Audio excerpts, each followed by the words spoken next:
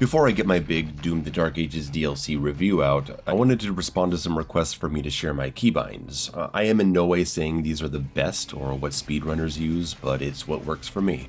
I am a traditional keyboard and mouse user, so I still use ASDW for movement because I like the close proximity to the shift and tab keys, and I keep the default spacebar for jump. I always set G as my interaction key because it's not needed during combat, and shoot is default left click and objective ping is on P, out of the way.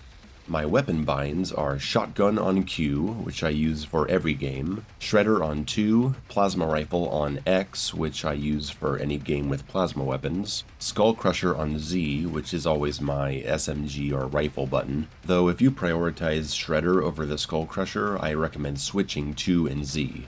Reaver/chainball on 3, rocket launcher on mouse 4 thumb button, which I use for every game, and BFC on mouse wheel up, which I use for super weapons in every game. My favorite and most used weapons are on keys that are comfortable, like Q and a side mouse button, while weapons I don't use as much are on the number keys.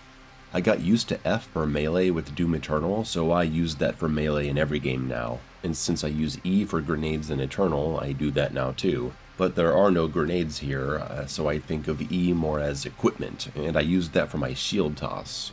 I bind R to weapon class switch because I find that more comfortable than having to hit each different weapon to do that.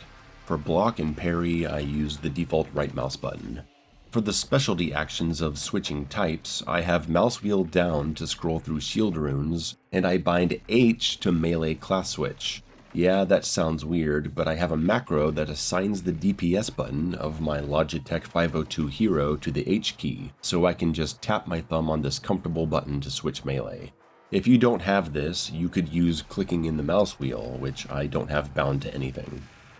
Now for the spear, I put dash on shift where it is in most shooters, and I unbind sprint because I use auto sprint. Since the shift key takes up dash, I move slam to control. It's a downward motion, and I relate that to sliding, which is usually on the control key. To me, it makes a lot of sense to put spear slash on right mouse button because I find it very awkward to have parry on 2 different buttons. It's hard enough getting used to the timing and not being able to block. I don't need to learn another parry key too.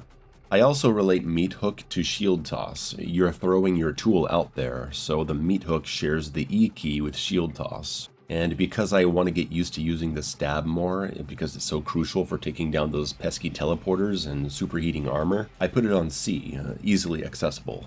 Finally, switch offhand weapon ended up on my mouse 5 thumb button because it's constantly being used. The better I get at the game, the more I want to use it, so it's good to have it in such a comfortable position. It replaced my shredder binding that was there before because I relate Impaler to Ballista in Doom Eternal, and that's where I had the Ballista. So basically all my comfortable keys are for things I know I'm going to be using the most, and I try to keep some sort of parity with my layouts from other games. E is for some kind of equipment, Z is for SMGs or rifles, Q for shotguns, mouse 4 for rockets, melee is always F. The real challenge was figuring out how spear was going to be bound because it depends on how you connect things in your brain.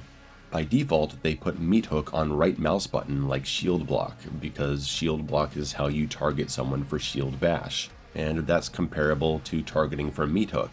I get it, I just need parry to be the same key.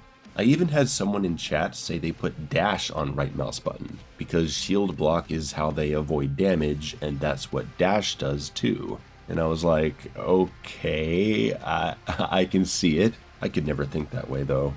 Okay guys, hope this was helpful. Remember, any new binding is going to take a day to get used to, but this is working very well for me.